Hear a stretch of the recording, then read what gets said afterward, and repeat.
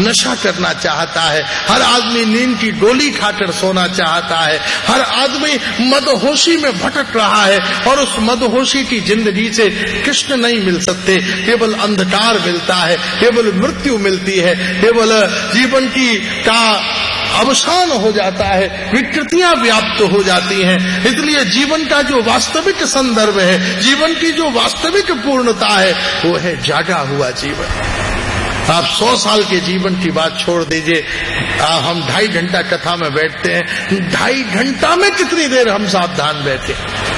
हम 50 बार भगवान का मंदिर में दर्शन करने जाते हैं, तो वास्तव में कितनी देर हम दर्शन करने बैठे।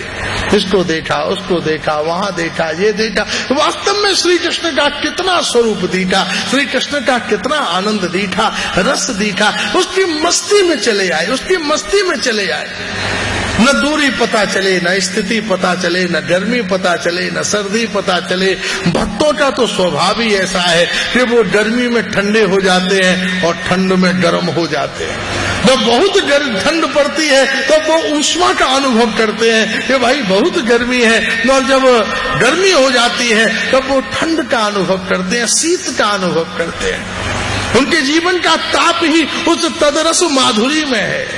गोपियां जब शीतकाल में जमुना में खड़ी होकर श्री कृष्ण की प्रतीक्षा करती हैं और उष्म काल में लकड़ियां जलाकर तापित होकर श्री कृष्ण रस माधुरी के आनंद में डूबती हैं। इसलिए चैतन्यम जीवनम, चैतन्य में जीवन हो, चेतना में जीवन हो। और चेतना में जीवन किनका है? जिनका चैतन्य में जीवन है, गौर हरि में जीवन है, महाप्रभु में जीवन है, कृष्ण में जिनका जीवन है, जिनके जीवन का सार सर्वस्व क्या है? कृष्ण। इसलिए आप दुकान पर बैठिए, आप व्यापार करिए, जो आपका भी लाइफ स्टाइल है उसमें सब में रहिए, लेकिन जीवन कैसा हो? कृष्ण में। जीवन कैसा हो? आनंद में, भक्ति में। आप गृहस्थ हैं, पुत्र के पास, मित्र के पास, व्यापार में, चारों तरफ जाएं, लेकिन फिर भी हर संबंध कैसा हो? कृष्ण संबंध। ऐसे ऐसे भक्त हैं, व्यापारी दुकान में आते हैं, और भाई क्या हाल है? बोले हाल बहुत बुरा है। क्या है? बोले भैया गिरिराज जी के चारों तरफ सड़कें बन गई हैं, चलने में। अरे भाई मैं उस हाल की नहीं पूछ रहा, मैं तुम्हारे हाल की पूछ रहा हूँ। भाई मेरा हाल ये है कि मेरा भजन नहीं चल रहा। अरे भाई ये भजन क्या होता है? नया व्यापारी, उसे पता ही नहीं। बोले मैं बताता हूँ भजन क्या होता है। फिर महाराज उसे भजन के विषय में बताया, फिर उसे माला दे दी। पहले वो फोन करता था तो हलो हलो बोलता था, अब फोन करता है तो हरि बोल हरि बोल हरि बोल बोलता है। आप सावधान रहें, जीवन के हर पक्ष में उसको ढोला जा सकता है, मिलाया जा सकता है, पिया जा सकता है, सोचा जा सकता है, बस उससे प्यार हो जाए। अगर उससे प्यार हो गया तो हर कदम पर उसकी याद आएगी, हर क्रिया में उसकी याद आएगी। मीठा आम भी हाथ में आएगा तो महाराज उसकी याद आएगी, कड़वा फल भी हाथ में आएगा तो भी उसकी याद आएगी। ठाकुर जी अपूर्व भाव से मधुमंडल के साथ विहार कर रहे थे।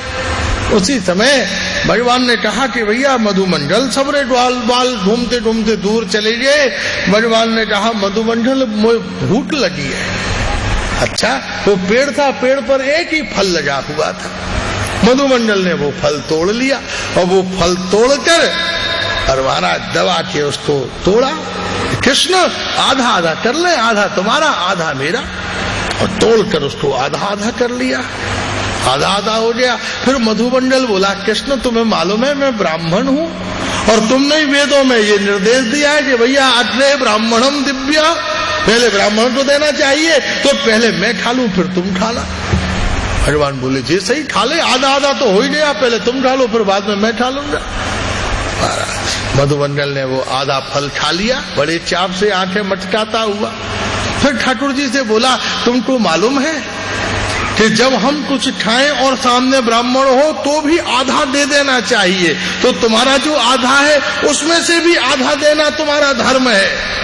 ठाकुर बोला जहाँ मित्रों में ब्राह्मणवाद कहाँ से ले आया, लेकिन चल दिए देता हूँ कोई बात नहीं। ठाकुर ने तोड़ा, आधा मधुमंडल को दे दिया। वो भी ठा लिया। अब 75% तो ठा दिया, 25% बचा था। फिर से मधुमंडल बोला, हे ठाकुर, जब आप अब इतना सा फल मुझे खा लिया, इतना सा टुकड़ा खा के तुम्हारा होगा क्या? ये भी मुझे दे दो तो सर्वात्म दान का पुण्य तुम्हें मिलेगा। ये एक टुकड़ा भी मुझे दे दो। ठाकुर बोले, पागल समझ रखा है तेरे? सबरा दे दो। पहले ब्राह्मण के नाम पर ले गया, फिर दान के नाम पर ले गया। दे तो मैं जरूर खाऊंगा। ठाकुर दौड़े, मधुमंडल पीछे पीछे दौड़ा, कृष्ण मुझे दो, कृष्ण मुझे दो। नहीं, जब तक ठाकुर ने मुंह में रख लिया, और जैसे ही ठाकुर ने मुंह में रखा, कड़वा टसेला फल ठाकुर ने थूक दिया। है कैसा कड़वा टसेला फल था? बोले, कृष्ण इसीलिए तो तुमसे मांग रहा था, क्योंकि तुम्हारे मुख में कड़वा फल न जावे। बोले, तू तो बड़े आनंद से खा रहा था, तुझे कड़वा नहीं लगा।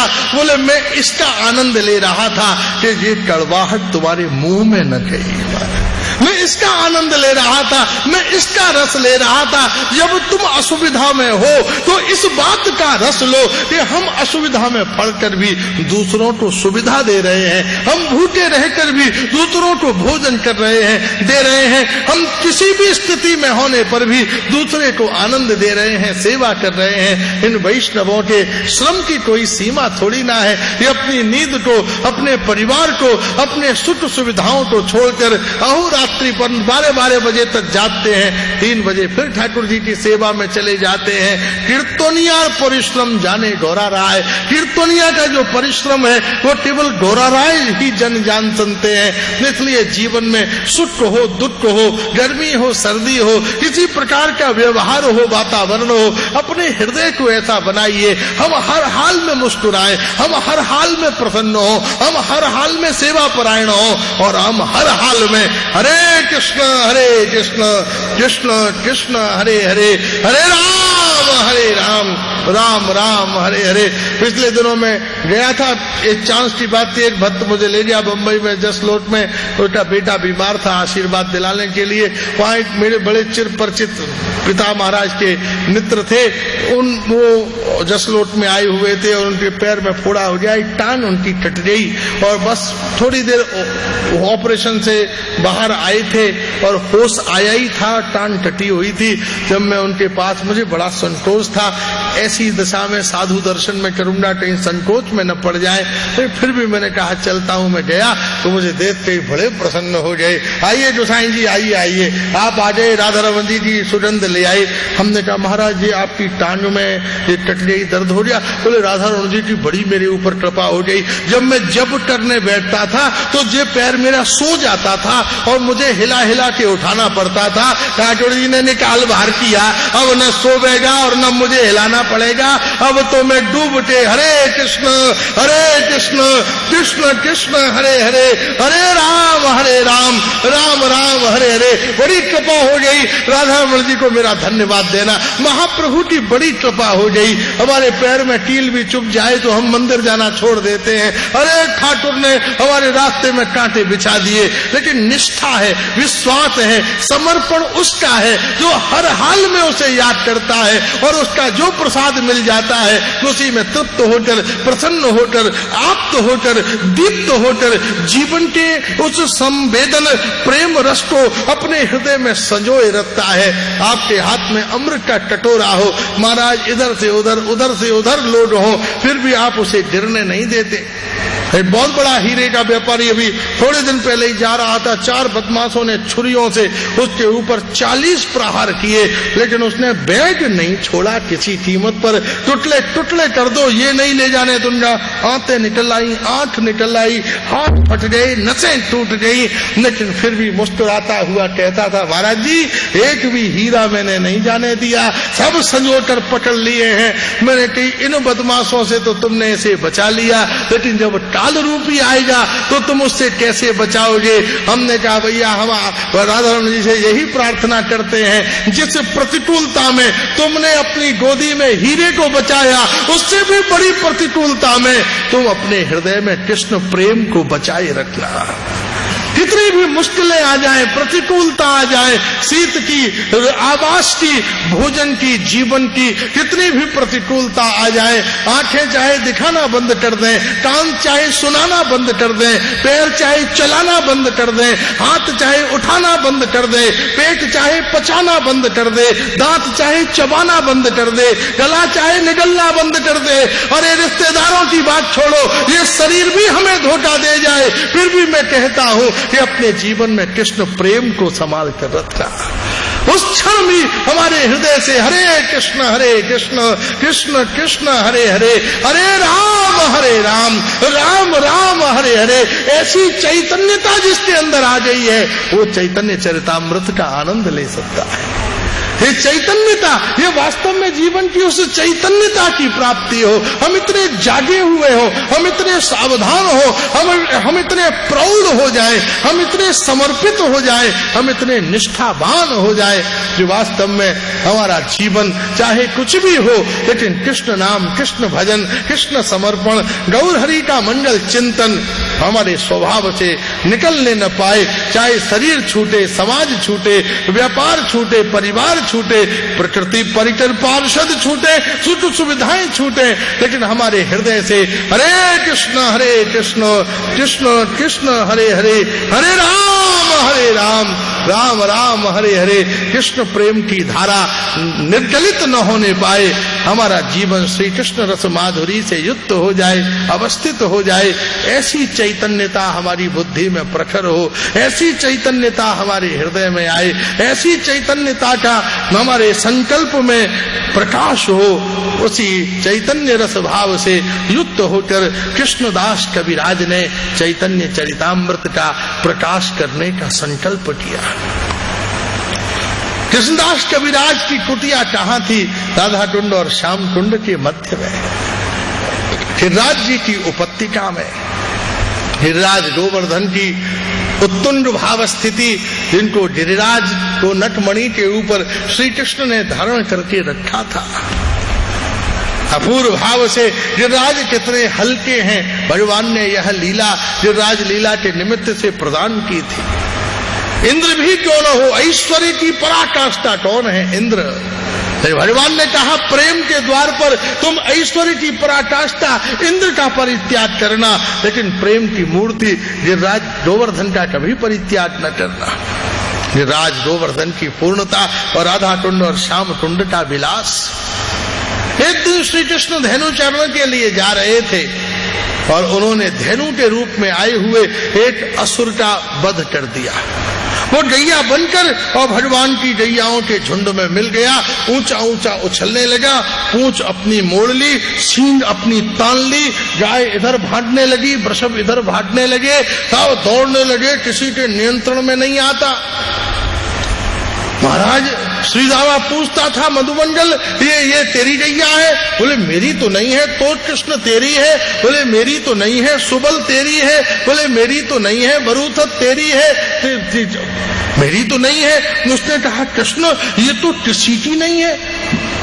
भगवान ने कहा कोई चिंता की बात नहीं है, जो किसी का नहीं होता वही तो कृष्ण का हो जाता है। चलो मैं इसे अपनी मान लेता हूं, जो मेरी है। तो भगवान मंद्र मंद्र गति से घूमते हुए उस धेनुकासुर के पास पहुंचे और महाराज जैसे ही भगवान उसके पास गए, एक थाप मारी, वो धेनु का शरीर छोड़कर राक्षस के स्वरूप में प्रकट हो गया और भगवान ने उसका उद्धार किया। ठाकुर ने कहा आज इसने बड़ा व्यवधान डाल दिया हमारे धेनु चारण में, इसलिए दादा आप धेनुओं को लेके गोष्ठ में चले, हम जरा भ्रमण करते हुए आते।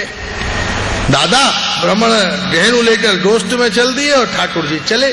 थोड़ी दूर चले तो उन्होंने देखा 5 वर्ष की प्रिया जी अष्टसखी मंडलियों के मध्य में थी और उनकी चुनरी एक झाड़ी में फंस गई थी। वो उसे जितना निकालने का प्रयत्न करती वो उतनी उलझती जाती।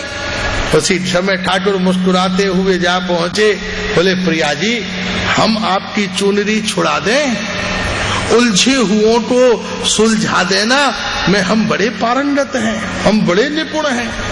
न जाने कितनों के घर परिवार हमने छुड़वा दिए, न जाने कितनों के वेश स्वरूप हमने बदलवा दिए, आप कहें तो हम आपकी चुनरी छुड़वा दें।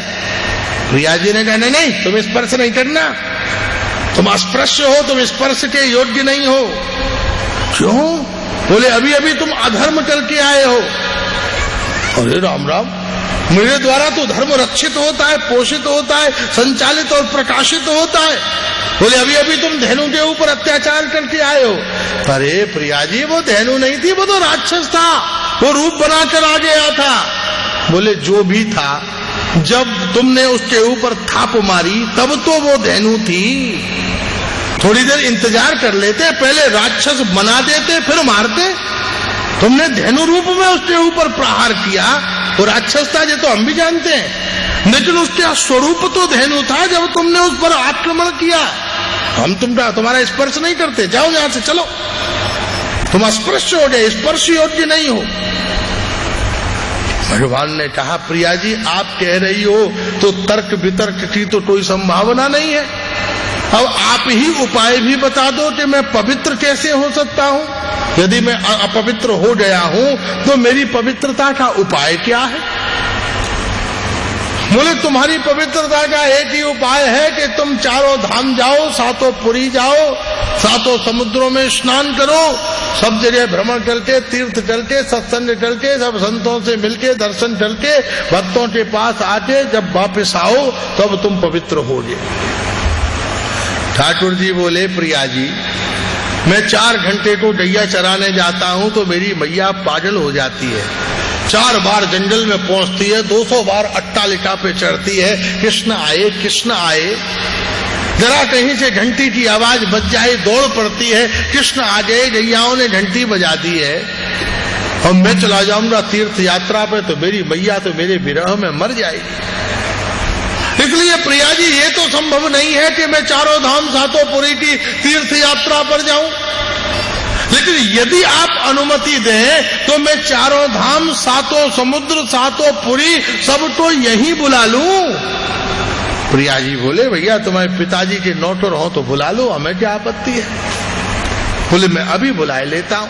अब भगवान ने जनन मोहिनी बंसी बजाई, और जैसे ही बंसी बजाई तो सारे तीर्थ अपनी अधिष्ठात्री नदियों को लेके, सारे समुद्र बड़े बड़े कलशों में अपना जल भरकर और पंक्तिबद्ध श्री कृष्ण के सामने खड़े हो गए, भगवान की वंदना करते, अर्चना करते, स्तोत्र बोलते।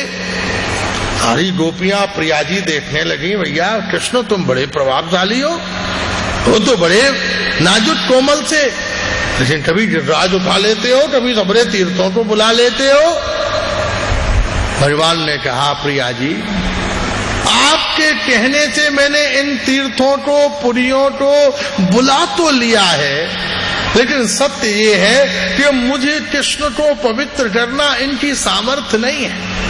ये सारे तीर्थ तो मेरे भक्तों की चरण रज से पवित्र होते हैं, ये मुझे क्या पवित्र करेंगे।